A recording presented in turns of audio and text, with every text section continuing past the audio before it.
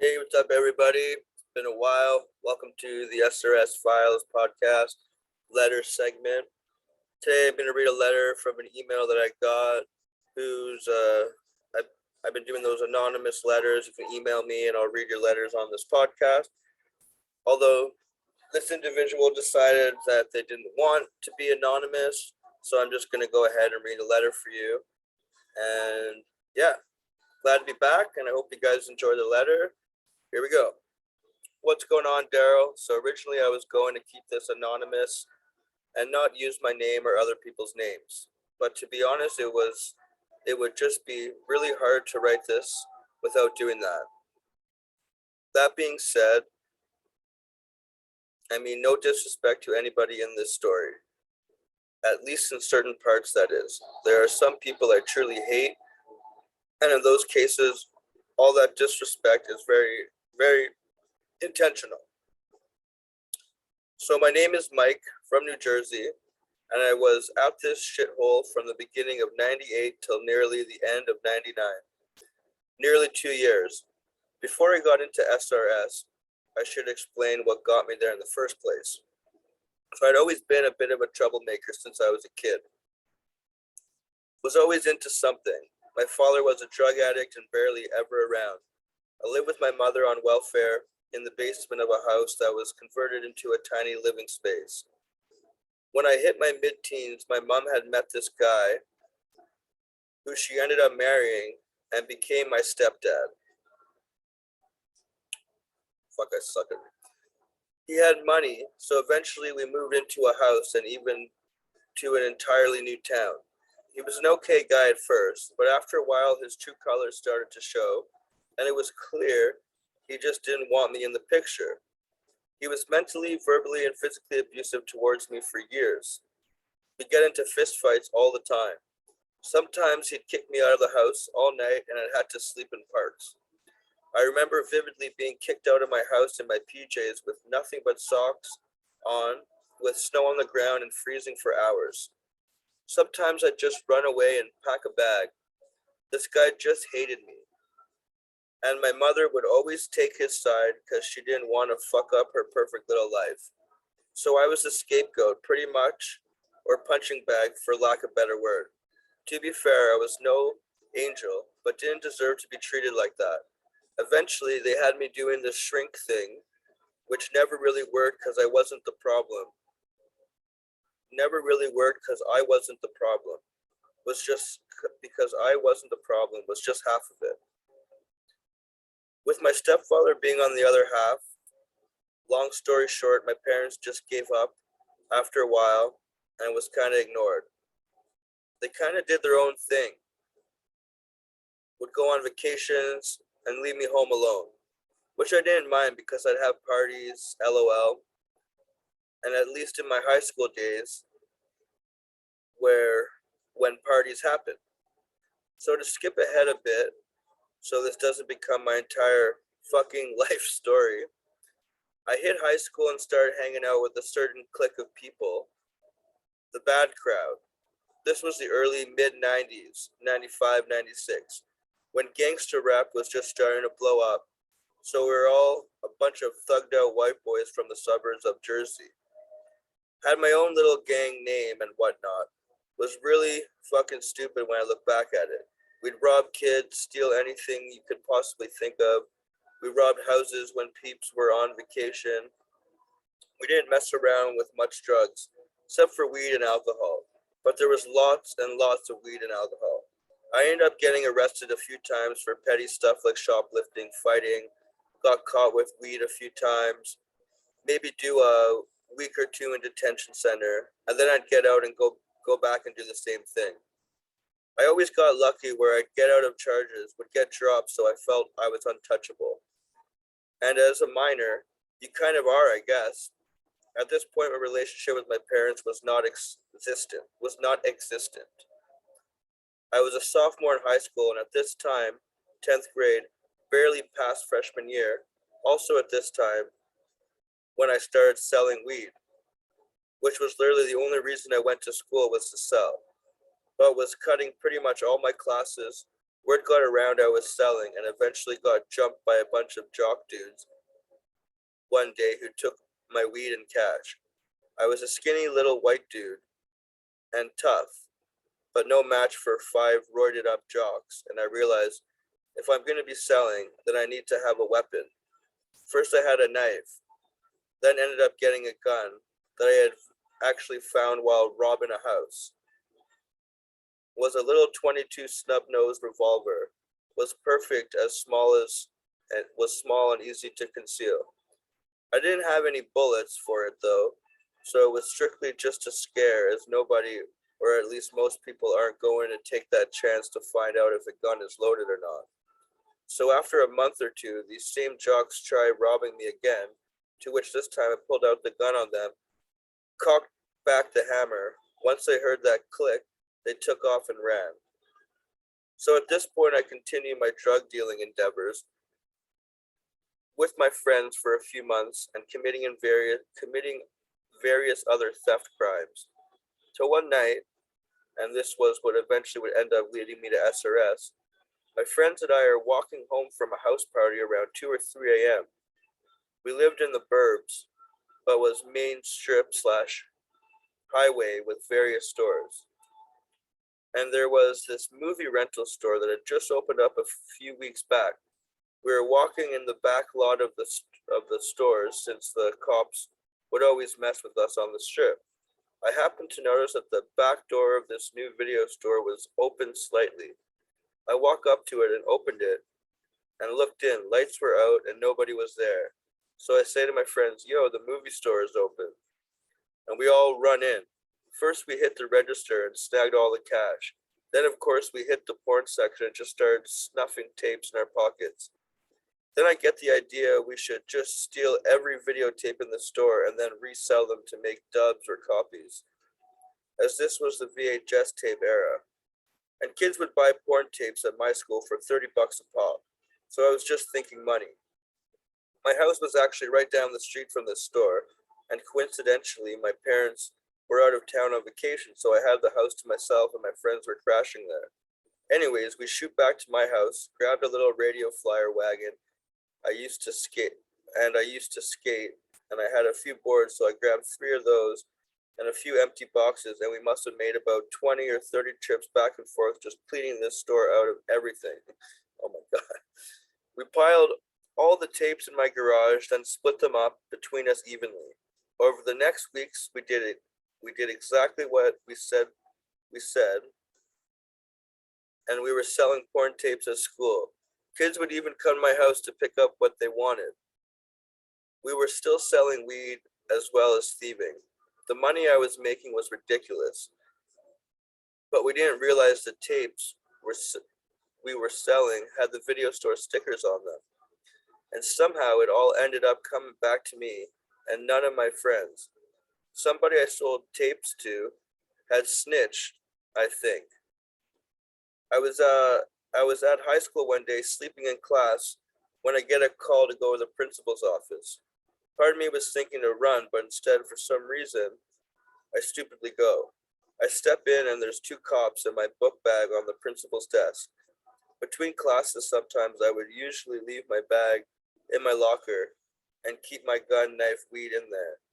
They had searched my locker and found all that plus a bunch of porn tapes I was selling off. The cops asked me where I got them, and I say, I rented them, of course. And they're like, cut the shit. This store was burglarized a few weeks ago, and we have camera footage of the theft, and that someone I sold a tape to had ratted me out because they got caught with it. So long story short, they put me in cuffs, took me to the station, and began questioning me. I wouldn't admit to anything or drop any of my friends' names, so they kept me in a holding cell overnight. And because my parents refused to come pick me up, then they just kept interrogating me and picking away at me till I finally said, fine, I fucking did it. But it was me and just me, so I took the whole rap for my friends. But the other issue was the gun and all the weed. So from there, I was kicked out of school, shipped off to detention center until I awaited trial, which was just a week or two. The judge ended up sentencing me to 6 months in a mental institution. As I gave up this story about wanting to kill myself and why I had the gun, which I thought was better than saying I have it for protection because I sell drugs. So then I was transferred from there to another mental institution for 3 months for further evaluation because they just couldn't find anything wrong with me because I wasn't really crazy. Eventually, I ended up releasing me, and my parents wouldn't take me back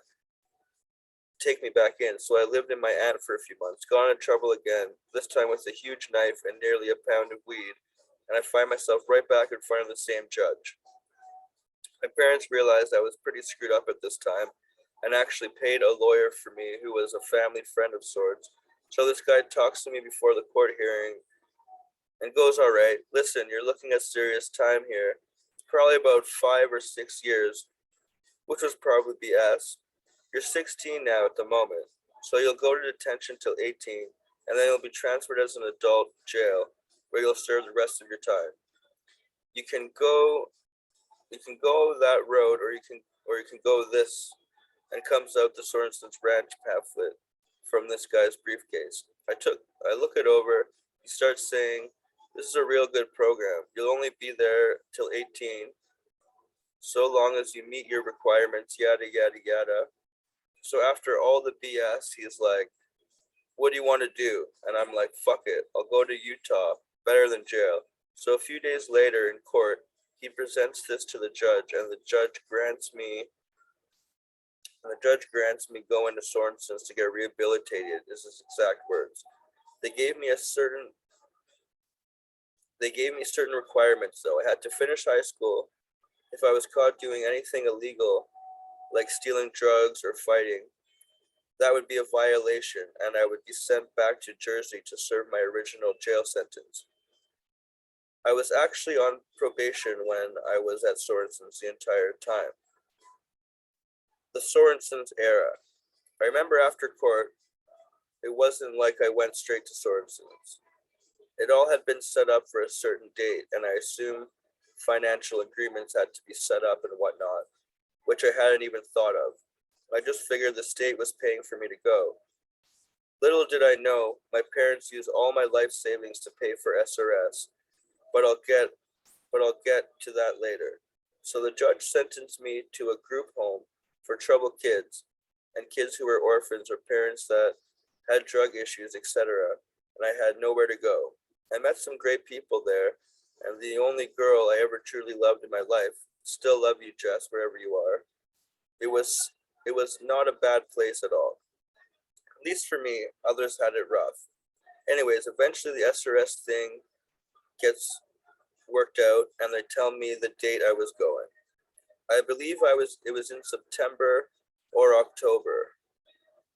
So with knowing the date about a week before I was supposed to go to SRS, me and my girlfriend ran away from the group home so we can spend 1 week alone together before being separated. She arranged for some dude to pick us up and a place to crash. So we did our AHAM thing for a week. Lots of sex, weed, alcohol, and up until the time I had to go to SRS. I ended up going back 2 days early for whatever reason, turned myself back into the group home, and they were like, "What the fuck did you do? You may be going to jail now. Forget this Utah thing. We gotta bring you to court." So literally at the moment I was put into a van and driven to the courthouse, and before the same judge, he says, "Well, I still believe Utah can rehabilitate you, but I'm making sure you go. So you'll be spending the next 2 days in detention solitary confinement for 48 hours till I was going to be shipped to SRS." Let me tell you, I still remember those 2 nights very vividly, being stuck in that cell and knowing I'll be going to some unknown place shortly. Those were pretty hard times. So anyways, I got woken up at 5 a.m. in detention. They walked me downstairs where my mom is waiting, and we hop in her car to go to LaGuardia Airport. I don't really remember much at that point, but I do remember getting to the airport and trying to call my girlfriend at the house she was staying, but just rang, and that soul crushing and that was soul crushing. Just wanted to say bye one last time, and that I was sorry for a personal thing I won't bring up here. I remember saying bye to my mother and getting teary-eyed as I walked down the jetway to the plane. During the plane ride, I kept thinking what this place would be like, and maybe I should run when I get off the plane. Who was picking me up, and how they would know it was me. I didn't know what to expect, so after a 7-hour plane ride, we finally land, and I come walking, where am I? So after a 7-hour plane ride, we finally land, and I come walking out the plane into the Salt Lake City airport and look around nervously, and there I see this tall elderly woman with blonde hair and this jacked muscular dude. Think his name was Joel, and he's holding a sign with my name on it. I cautiously walk up to them and say, "I'm Mike," and she says, "Hey, I'm so and so, but kids call me Grandma. And this is Joel. We're going to take you back to the ranch." I say, "Okay." We walk outside. I pull out my bag of cigarettes, and I only had a small clip of one that I had cut earlier. Grandma said, "You can't smoke here," and normally I'd rip that out your mouth. But that little thing, I'll let you smoke. Just hurry up, she said, kind of aggravated. I sucked that thing down, inhaling deeply, knowing I was going to be the last cig for a while. I remember getting crazy lightheaded because of it. We reached the car, this old beat up blue jalopy, which I think was actually the driver's ed's car, while I was there. And we began a 2 or 3 hour drive to Sorensons. I remember just feeling completely out of my element and a feeling of abandonment like no other. Being from Jersey, I'm used to seeing industrial shit like factories and old buildings and diners and somewhat urban environment. This was nothing but open land. Big fields with horses and cows and farms. I was like, what the fuck did I get myself into? Many things were said during this ride and I don't remember. But the one thing I do remember is Grandma says, "Look, some of the kids may give you problems, try and pick fights with you, or steal your clothes, etc., etc. If you have any problems, just talk to me." And I say, being Mr. Tough Guy, "I'll handle my own problems." And the kid, Joel, who was in front of the passenger seat, just looks at me and grins with a kind of, "Yeah, right," look in your face. So then I vividly remember hitting the last stretch of road, slowing down, and making that turn into the long dirt driveway going under the Art Sorensons ranch sign, and just really uneasy feeling.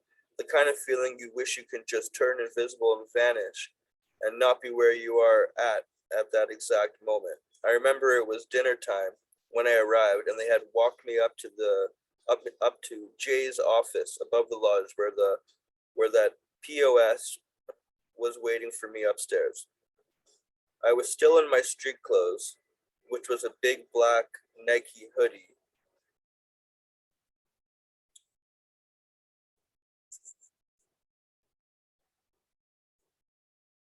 All right, we're gonna pause it. I'm gonna get back to this after this haircut.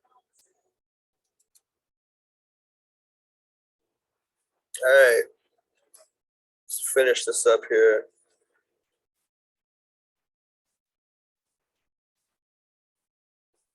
Let me just find my place.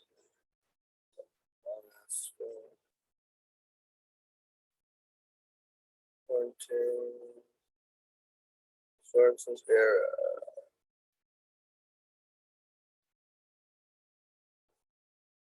Right.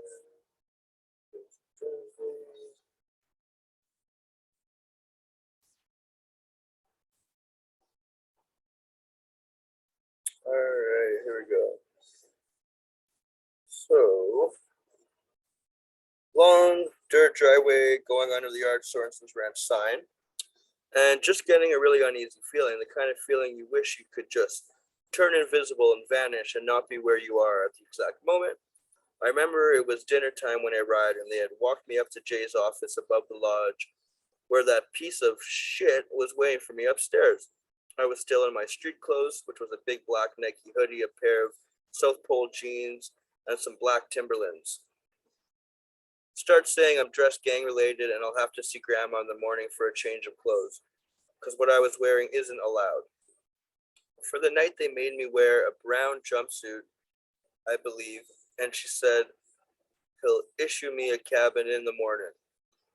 After that, I'm not sure what happened, kind of hazy, but I remember having to go to the gym shortly after that. I was at level 2, which is what they started everyone at when they first arrived. And level 2s had to go to the gym and play a sport for the night. Or on occasion, you would watch a movie. This particular night was sports. Upon walking into the gym for the first time was a bunch of kids playing b-ball. To the right of the gym was this long wooden box that stretched along the wall you can sit on, and I noticed another kid sitting there. So I walked up to him and sat down by him. I said, "What's up, man?" "Mike." And he said, "Hey, what's up? I'm Ken. This is your first day here?" I said, I said, and he says, "Yeah." And we talked about how fucked up all this was and got to know each other. It was comforting in a sense not to be the only new kid there. At least I had someone to relate to. And Kenny was one of those dudes where he was cool with everybody and you just kind of trusted him.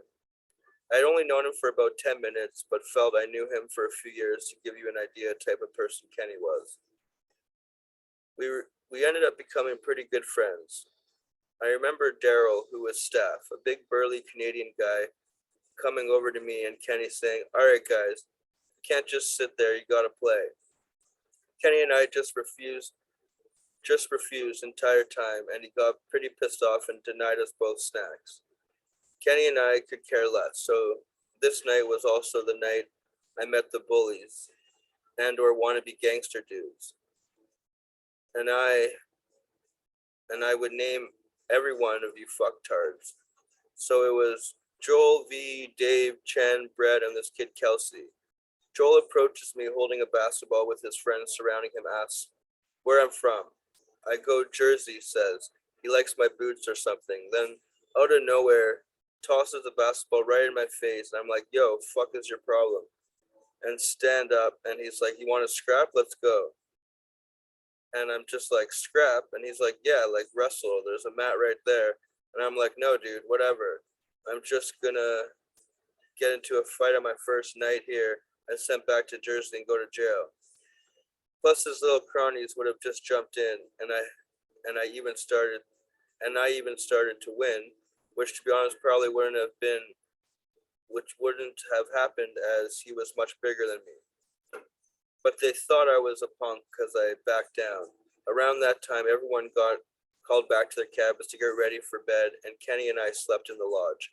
I don't remember that night at all, just waking up in the morning and seeing kids eating breakfast and then being told I had to go see Jay to get assigned a cabin. I go up to his office and he assigns me cabin. I forget the number, but it wasn't the first cabin. When you come out of the lodge, by the very next one that to the left of the house, 4 people. I stepped into the cabin with staff. They showed me my lock boxes for storing my shit, tell me my bed was to be made, the whole rundown, then leave. My cabin mates' names were Jeff, Dustin, I think, and lo and behold, this asshole wannabe Yakuza gangster dude, Dave Chen, one of the same kids who was with Joel, who was fucking with me the night prior. So I still had all my street clothes on, and and was out of the brown jumpsuit. I was supposed to go see grandma to change my clothes, but after seeing those tight ass Wrangler jeans everyone was wearing, I was like, fuck that.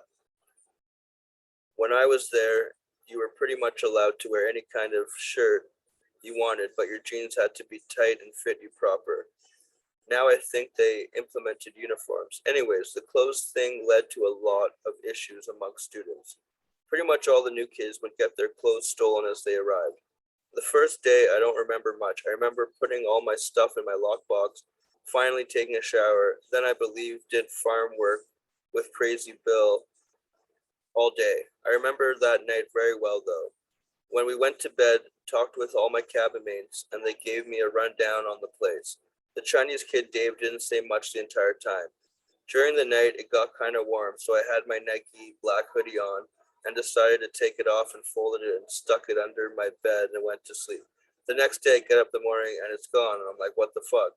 Look around a bit, and after a while, I'm just like, what the fuck, whatever. Someone lifted my hoodie. Really? I step out of the cabin to go to breakfast, and I'm about halfway to the lodge when I hear behind me, "Yo, Mike, come here a second," and nods to go into the cabin. "I want to talk to you." That was the kid Brett, and by his side was Kelsey and the Chinese kid Dave with my hoodie, the same kids who were teasing me the night before with Joel. I knew exactly what was going to happen. I was going to get jumped, so I turned around and walked right into the cabin. I just didn't care at this point. As soon as I step in, Brett goes, Brett goes, "Open your fucking lockbox." I laugh and say, "Get the fuck out of here," and push him away. Then turn to walk out. All of them just start hitting me till I'm on the ground. They stop and I get up. Brett goes, "This wouldn't have happened if you opened it." "Gonna open it now?" I said, "No, man," with a bloody smile. He hits me a couple times, puts me on the ground. I get back up. "Fucking open it," he says. I say, "I ain't opening shit." At this point, he gets me to the ground and puts me in a chokehold till where I could barely breathe. So eventually I'm like, all right, all right. He lets me up and I get on my feet and I look him dead in his eyes and say, "I'm still not opening it." After they looked kind of shocked and gave up, Brett says, "Clean yourself up before going to the lodge. We'll get your shit one way or another." I look in the mirror and I was beaten to a pulp. Busted lip, had a white shirt on with blood all over it. I say to Brett, "Damn, you guys fucked me up good. Three of you to fuck up a little skinny white dude like me?" And he was like, "What? Just clean yourself up." So I decided, you know what, I'm not gonna clean myself up, and walked into the lodge full of blood leaking out of my nose and lip.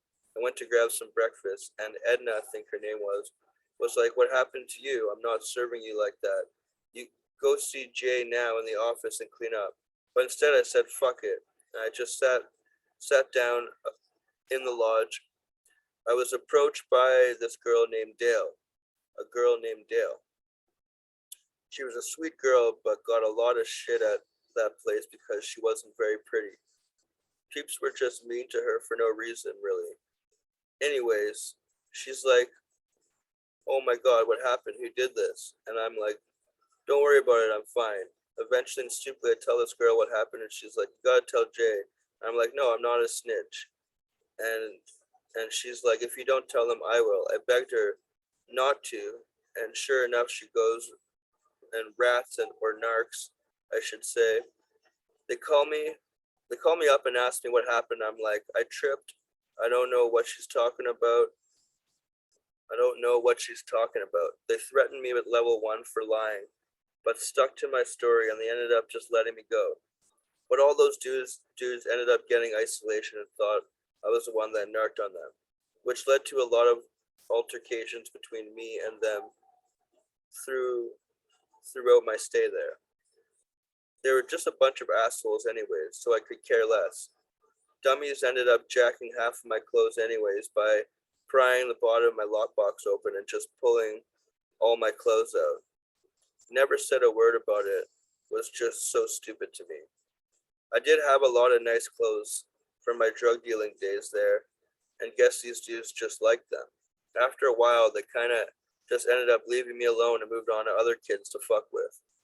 That was the thing with my state SRS. The staff may have been kind of fucked up at times, but it was more the students you had to watch out for. There were a lot of shitty people there, just straight up fucking assholes. Tim Sullivan was another one I should mention. Get fucked, bro. On the subject of just how fucked up some kids were, I'll share a torture story that I witnessed there and was even forced to partake in. So there was this kid named Thaddeus, or Thad, and this kid got hell for that name, believe me. But he was an alright kid. He was one of my cabin mates, along with other kid named Roy, who was a Spanish gang member from LA. And this other kid named Derek Beam, who was just another stoner LA kid also. You were allowed to have cologne there at this time, so Roy had a bottle of Polo Sport, and Thad decided to steal it for whatever reason. Roy ends up finding out he stole it and waits till it's bedtime and lights are out. As soon as that happens, he rips Thad out of the top bunk above me and just starts wailing on him, punching him, kicking him in the ribs while he's on the ground, yelling, "You like stealing shit, eh, little bitch?" And then he starts forcing him to do workout shit. Has this kid doing push-ups and everything. He comes up, he'd kick him in the stomach full force. I was just sitting there kind of watching, just not wanting to get involved really. Derek for some reason decides he's gonna join Roy and starts hitting on Thad, and out of nowhere pulls out this handmade whip he secretly made in leather shop. They had they had Thad lean over a chair while they whipped him on his back. This kid was crying. When staff would come around for checks, we'd all pretend to go back to sleep. We were in the two-story cabin up the stairs, so always gave you a lot of time before they got in. But as soon as the staff member was gone, Roy and Derek were out of bed right back on Thad. The last thing they did was piss in the toilet and then had him put his head in the toilet and gargle the water. Saw and heard that with my own eyes. After that was back to whipping him to where the point they were like, yo, Mike, you gotta do something. How do we know you're not gonna snitch? You gotta whip him a few times. So reluctantly, I get up and whip him a few times, but didn't want to. Thad knew that. The next day, he narked on both of them and left me out of it. They were both in isolation for 2 weeks. That's how fucked up some of the kids were there, to give you an idea. And that torture shit went on for almost all night. So my first time in isolation came pretty quickly. Within about a month of being there, every once in a while we would go on trips. Level 2s and up were able to go. So my first trip was the hot springs. And after that we had stopped at a little quickie mart for the infamous candy bar and soda. What was odd, and I was the reason this was changed, we all got out and were given money to get what we wanted, and then you'd stand online and wait to pay for your stuff. I'm a couple people behind waiting to pay when I spot a big cigarette stand on the counter. They were GPCs, I still remember. So my thieving instinct kicks in. I notice every time the cashier rings up the soda and candy bar, she has to turn around to get the change out the register. I look back at the staff who were waiting by the entrance. I believe was Lane and Francisco. They're busy talking and not paying attention. I get to the register and she rings in my candy and soda up. As soon as she turns around to get my change, I snagged a pack of cigs and nobody noticed, except the kid behind me who was named Phil, I believe. This guy is this guy is fucking shocked and can't believe it. I had no idea what a commodity cigarettes were at this place. All I knew is I was fiending for one. On the van ride back, this guy Phil is like, dude, if you want me to hold them for you, I got a good hiding place. And I'm like, man, you think I'm stupid? We get back to campus, I'm just dying to light one of these up, and I figured I would hide them. I ripped a slight hole in my pillow and stuffed them in between the cushiony part till I can think of a decent place. But before I knew it, kids left, right were coming up and asking me for cigs. Somebody had blabbed that I stole cigarettes, and everybody knew. And before I knew it, staff heard and were in my cabin searching. They didn't find them, but made all my cabin mates run laps around the boys' campus until we talked,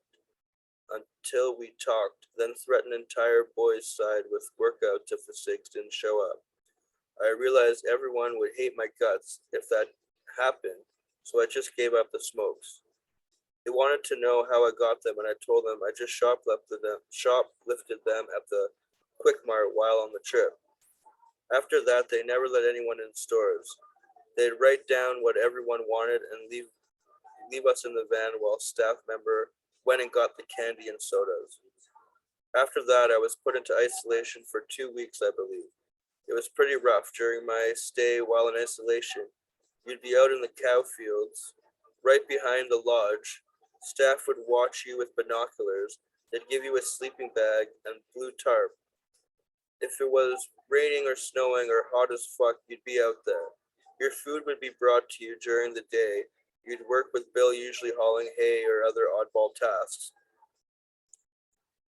You had to do this military workout with Tom Saturdays and Sundays, which was just hell, and hike afterward. I never really had any issue with it as I was in decent shape, at least in the beginning, but other kids had serious problems with it. I saw Tom drop a few kids who'd refused to do it, but never the restraining thing where they were breaking kids' arms, like I've heard mentioned. You'd see kids get tackled if they were fighting and took to the ground, but nothing other than that. Tom really hated me for some reason, and the feeling was mutual. I hear people saying he was fair if you were fair with him. No, no, no. That guy liked certain people and hated certain people. And if you're on his bad side, he'd fuck with you every chance he'd get. I remember on weekends he'd come around to inspect cabins and call people out of bed for workout. If your cabin was dirty or the slightest bit off, he'd make you do farm work or work out if your cabin was really bad. Any fucking cabin I was in, he'd make us all get up for such petty shit. Only a few times he'd let us slide, but I hated that guy with karma. And karma is a bitch. I really hope he's got what's coming to him by now. So anyways, I kind of kept to myself after getting out of isolation for stealing the cigs and started to concentrate on the school thing. I figured if I could finish it all real quick, maybe I could get out of this place a little bit quicker. Finishing high school was my main requirement in my court order for leaving SRS. So I really went hard with that. The schooling was an absolute joke. Pretty much some dude sitting at a desk, twiddling his thumbs, and they'd give you a book and you'd take some test right after every chapter. You're pretty much self-teaching yourself. And with that being said, I would still feel like I never got a high school education. I was pretty smart, but the only subject I had issues with was math. IMO math is something that can't be self-taught. And when it came to algebra stuff, I was lost. I had finished nearly every subject in the end, but was stuck on math. Just kept failing every test, so I figured only way was to steal the teacher's editions with the answers in it, and that's what I did. So for a while, I'm breezing through math, finally, and nearly done with all 4 years, when this kid Brian Stiles moves into my cabin for some reason. This kid was a little kiss ass. He ends up seeing me in my cabin copying shit from the teacher's edition math book, and for no reason goes and rats on me. Till this day, I never knew why, as I had no problems with this kid. Was just a piece of shit, I guess. So long story short, I had to start math all over again from ninth grade. I was at complete loss as to what to do because I couldn't get the teacher's edition anymore. So I was back to struggling all over again. During this point, I realized I was going to be there for a lot longer, so kind of said fuck it. I made a couple new good friends I got close with during my stay there. Travis, Corby, John, Fry, Lucas, only dude that knew about anime. Brandon, Joel, Kenny, and of course the infamous Elliot, who became one of my best friends. Once got out of SRS, but I'll save that for later. I was also there with Jesse, who had a who you had on here a few weeks back. He was a cool guy. Always had a guitar. Anyways, my friends and I were a bunch of jokers, and a lot of people hated us for it because we were just passing the time. So fuck you if you can't take a joke. We ended up getting in a lot of trouble, usually with smoking or other things or just dumb shit. We used to steal bottles of propane and huff it to get high. One time Travis and I found out when the ice cream was delivered in the morning and we steal an entire tub of it. During this point, it was back and forth between level 1 and level 2 constantly. Which brings me to my second time landing in isolation. So I see you mention and ask a lot, Daryl, if there was animal cruelty going on. And I saw a lot of that. Kids would often wing rocks at horses and hit them. I saw goats kicked and pulled by the horns by kids, but also not as much as the hands of the kids, but just animals living in awful conditions. Horses in pens knee deep in shit. I even remember when I was there was a wallaby, I think it was called, which was pretty much like a kangaroo. That animal was kept locked in a small wooden stall, and kids used to kick and rock the wooden door, which would send this thing into a frenzy and would run around, jump off the walls.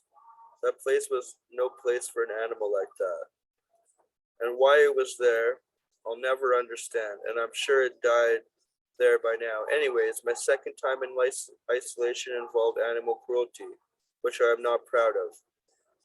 Even though it was kind of an accident, it still bothers me. So my friend Travis and I had gotten into some trouble. I can't remember what we did, but they forced us to clean out the chicken coop, which was pretty much shoveling a layer of shit into a wheelbarrow. Bringing that out, then laying down the new mulch or whatever the fuck that was. So we had these big flat plastic shovels, and we had taken a break or something and laid the shovels down, and they were crisscrossed on the ground. So pretty much you stepped on the end of the shovel. So pretty much if you stepped on the end of one shovel that was on top of the opposite end would pop up. So a chicken ends up standing on the opposite side, and I don't know who started it, but as a joke we'd wait, then bam, hit the end of the shovel and we'd catapult the chicken into the air. It was all harmless fun at first until one of us catapulted chicken too hard and it hit the roof of the coop and ended up dying. We were both shocked and couldn't believe it, and we both felt horrible about it for the record. So we didn't know what to do with this chicken because it was found. Surely we'd be put in isolation. So in the chicken coop, we ended up digging this massive hole in the ground and burying this poor chicken. Then we finish our job and lay the mulch over it, and I think we're in the clear. The next day, we get woken up by Tom, I believe, who says, "Get up. You like killing chickens, huh?" And we're like, what are you talking about? And he says, "They found a chicken dead and buried and bring us to the coop." We were shocked to see the hole was uncovered and it was supposedly dug up by the chickens, which was crazy because it was deep. So Travis and I get put into isolation for animal abuse. During this point in isolation, Travis and I, and with one of the other persons I can't remember for a different offense, lived out in the cow field. We stuck out there all day and night. I don't even remember working with Bill. They just let us rot out in that field. One day we were put out there and it's summertime, and at this point early in the morning, and I'm looking for a decent spot to set up my sleeping bag and tarp because there are piles of cow shit everywhere. I ended up kicking over a pile of cow shit and see nothing but shrooms underneath. So this where shrooms come from, in case you don't know. Especially in climates like Utah, you'll get the psychedelic shrooms that everyone loves, but you're supposed to dry them out after picking them and clean them, obviously.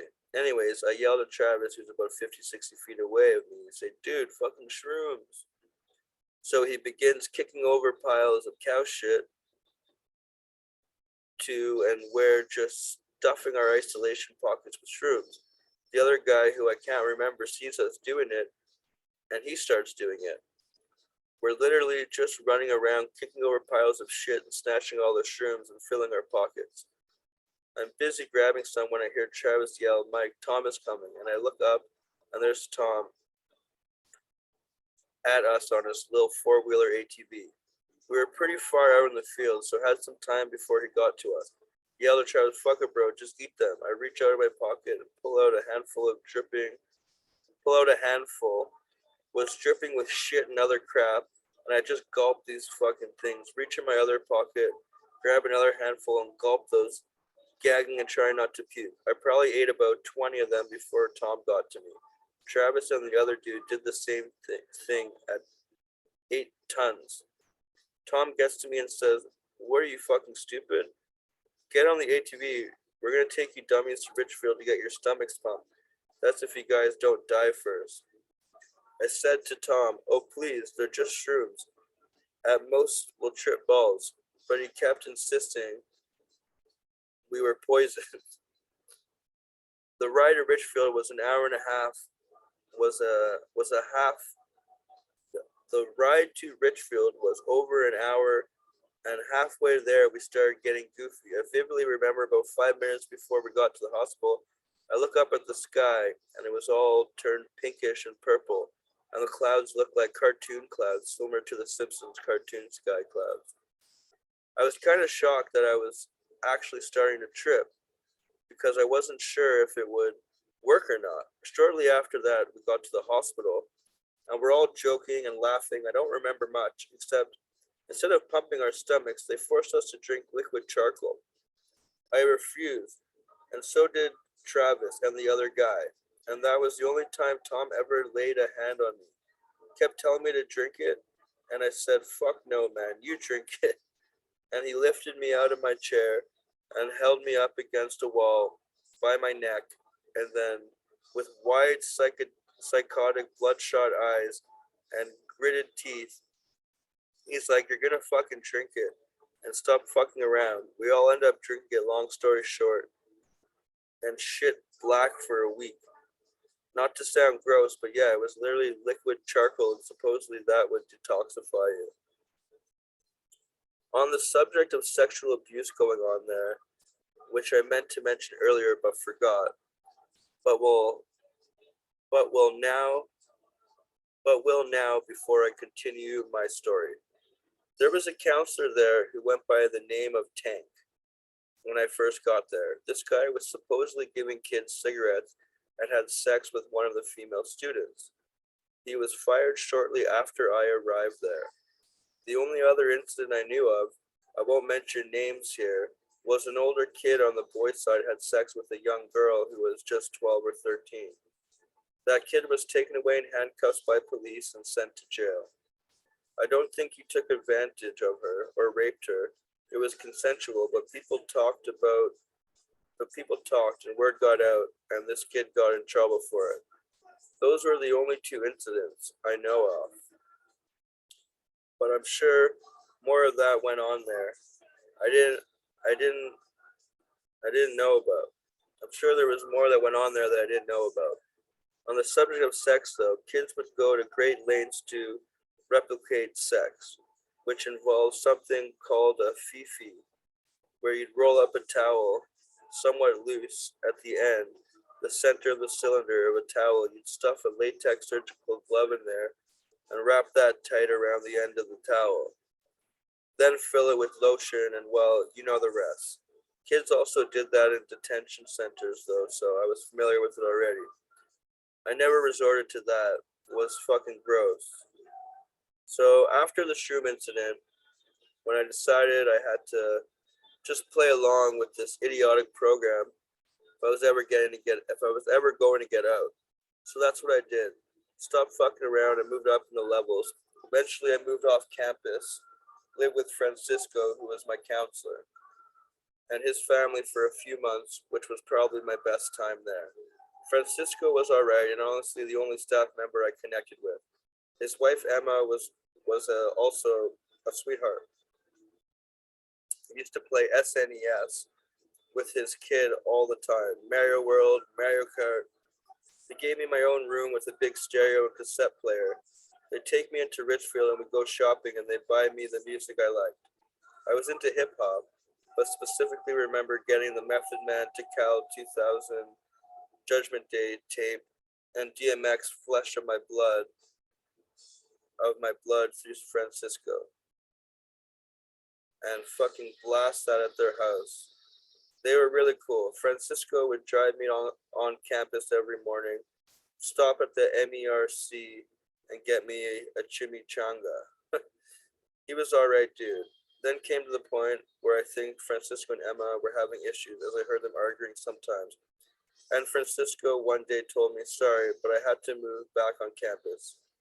I moved back onto campus for a few weeks, then shortly after moved into an off-campus house owned by a weirdo Chad. Those were pretty decent times. I remember we had a Nintendo 64 with GoldenEye. That was a great time killer and escape. During this time living at Chad's, probably for close to 3 months, we started smoking cigs every day. It was the weirdest thing because one day while walking back to off-campus house with this guy named Jeff, I believe he was an alright guy. Right smack in the middle of the row was a fresh, unopened pack of Marlboro Reds. Jeff and I looked at each other and said, no fucking way. We ran all the way back to the house. He had a lighter somehow I didn't know about, and we went out to the barn behind the off-campus house, climbed up the top of the rafters, and lit some fresh cigs. I remember we did two apiece, best cigs I ever smoked my entire life. Shortly after that, my friend Elliot got back from a home visit and snuck a carton in. Only me and him knew about that, though. We were smoking every night till eventually we got popped by Chad one day, and I got level 1 and had to go back onto campus. At this point, and throughout my entire time, was still trying to pass math, but just couldn't. One day after 8 or 9 months, I finally got the opportunity again to steal the teacher's edition and was able to pass math. I graduated, if you want to call it that, and got my high school diploma, which they never mailed to me till this day. I don't even have one technically, and I tried getting it multiple times from them. Anyway, after that, I tried to stay on the straight and narrow, straight and narrow. And sure enough, Francisco comes to me one day and says, I think we need to start talking about going home. After nearly 2 years, I was finally getting out of this hellhole. I ended up leaving in January or February with actually my good friend Elliot. What I never mentioned about Elliot, we were both from Jersey, and I found he lived very close to me. So we took the same plane together home and sat next to each other and exchanged numbers before saying bye. I honestly didn't think I'd ever hear from him again, but I did, and I'll get to that in a minute. And that will conclude this insanity. So my mother picks me up from the airport, and I remember just being kind of awkward. She was happy to see me, but seemed a bit off. I collect my luggage and shit, and we get into the car. My mother gets right to it. So, what are your plans? She says, and I'm nearly 18. I know I have bond savings I can use shortly. My great grandfather was pretty wealthy, and he used to throw me 10K bonds every year for my birthday, for college, or a car once I turned 18. I could use them, etc., etc. It was total to be about 40 or 50 grand. So I said to my mother, I'd like to use that to go to college, maybe get a part-time job, get my own place, get out on my own. And my mother is like, savings? That's all gone. You think we paid for this place? You did. It was your decision to go. I was speechless, and my big argument ensued in the car. I was livid. My stepfather was a financial planner, so somehow he found out this loophole to get access to my bonds. I'm sure they pocketed some of it as well, because they went on numerous vacations during my stay at SRS. Still bitter about that, but it is what it is. I brought it up to my mother now. To this day, she still denies it all, as it never happened. Anyway, so now I'm completely at a loss.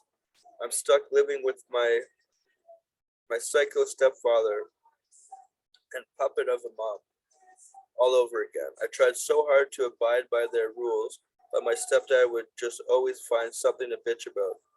Started smoking cigs and weed again literally a few days after. Weed has never hurt me, really helps me with anxiety, to think clear and still smoke to this day.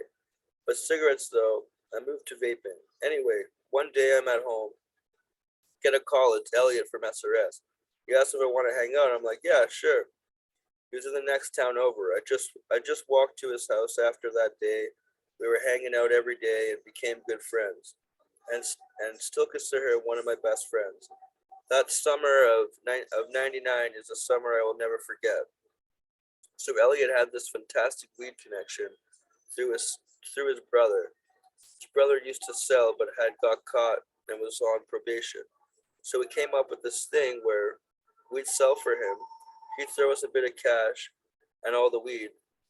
we'd want to smoke for free. So that entire summer, that's all we did is walk around town, sell weed, and just had fun. It was a really surreal being locked away with someone for so long than being on the outside with them hanging out. Eventually, we ended up getting popped by the police. Elliot had about an ounce in his pocket and was caught with, but somehow ended up getting off scot free. I had nothing on me, luckily at the time. Shortly after, Elliot moved up to New Mexico with his brother and mom. I never saw him again. It's been over 20 years. After that, I finally got a job, saved up a bit of money, and bought a piece of shit car. Bought a piece of shit car. I had just turned 18, maybe a couple of months ago, when my parents said they were moving and I was not going with them. They said, "You're 18, figure it out." It was really unreasonable. And I got into a massive argument with them and left for a couple of days and stayed at a friend's house. I went back. I went back the day they were moving, and all my shit was out on the sidewalk. They loaded all their stuff into a moving truck and told me good luck and pulled off, and I was left homeless with my stuff on the sidewalk. I had called up a girlfriend I knew from way back and asked her if she knew someone I could crash with, and she hooked me up with her boyfriend, who ended up becoming good friends with. My job wasn't cutting it financially, so once again got into the drug dealing game, this time dealing weed and coke. With serious cash, we had guys buying pounds of weed that we were getting for and selling that we were getting for 4 and selling for 8. Then the coke we were tripling from all the shit we were cutting it with. I was I was making a G a week easy, and back in 2000 was great money. Still is great money. Sure enough, we ended up getting busted and almost went to jail for a long time. Where I was smart, I opened up a savings account and saved a lot of money I was making. When I got busted, all that savings went to hiring a good lawyer, and he got me off 2 years probation, while my friend took public defender and went to jail. After that, I really woke the fuck up, and went straight. I ended up landing a job at KP Toys 7 days a week. Lived out of my car for a few months until I was able to afford a little studio apartment. And from that, the rest is history. It took me a while to find my niche, and I bounced around from job to job until I finally learned a trade and became an electrician. I'm 40 years old now and think I've done pretty good for myself. It just took me forever to get to this point, but I'm entirely self sufficient and rely on nobody but myself. I make great money, have a nice apartment, a nice car, smoke some of the best weed on the East Coast, just living comfortably with no worries. But took forever to get here. In conclusion, nothing good came out of SRS for me.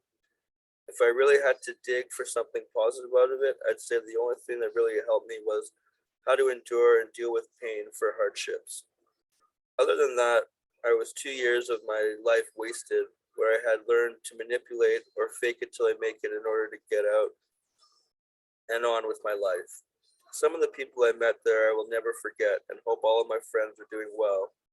And lastly, something I always wanted to say to my friend Kenny Harder, should he hear this, who was with me since day one on the ranch.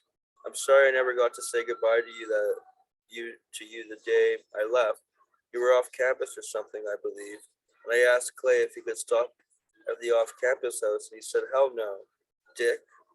I'm sorry, my brother. You were one of my best friends there, and I never forgot you." So that's my entire story, Daryl. I hope you, as well as others, get something out of it. Even with all that being said, there's not there's there's tons that been left out, but I feel I covered the majority of it and important aspects. And the hell with SRS was and still is how it definitely has scarred me, for life. Can't believe that place is still functioning, and it honestly pains me to think there's a kid stuck there right now who's probably going through the same shit I went through 20 years ago. Thanks for listening to my story.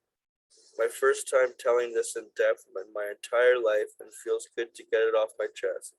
Keep up the good work, Dara, with the podcast. I'll always support it. Yeah, well, there we go. There's Buddy's story. Glad we were able to get through it. Yeah, that was pretty really well written, and thank you so much for sharing that with me and everybody. There was a few things I wanted to bring up that I can't remember, but yeah, I thought it was pretty interesting about the when he went to go smoke. We were living off campus. It must have been that same house. Behind it's a barn, and then there's these rafters you can go up. And I remember that's where me and some of my buddies were roll up Bible papers and smoke tobacco we found off on the side of the street or stuff like that. And we would smoke. And I never got in trouble there much, but the one time I got in trouble was a few days before my discharge. And I think one of the owners or main guys was Chad, just like you, who caught me up there. This must have been like a place that people smoked and got caught for years. So I thought that was kind of interesting. But yeah, anyways, thanks for listening. That concludes this episode of the letters. And I'm really looking forward to getting back into some more episodes and reading more of these letters. I feel like we've been having like a little bit of resurgence with the podcast. I've been getting more letters and messages about it. So yeah, I guess we'll have to get out there a bit and keep working on this, and hopefully this helps some people out. All right, guys.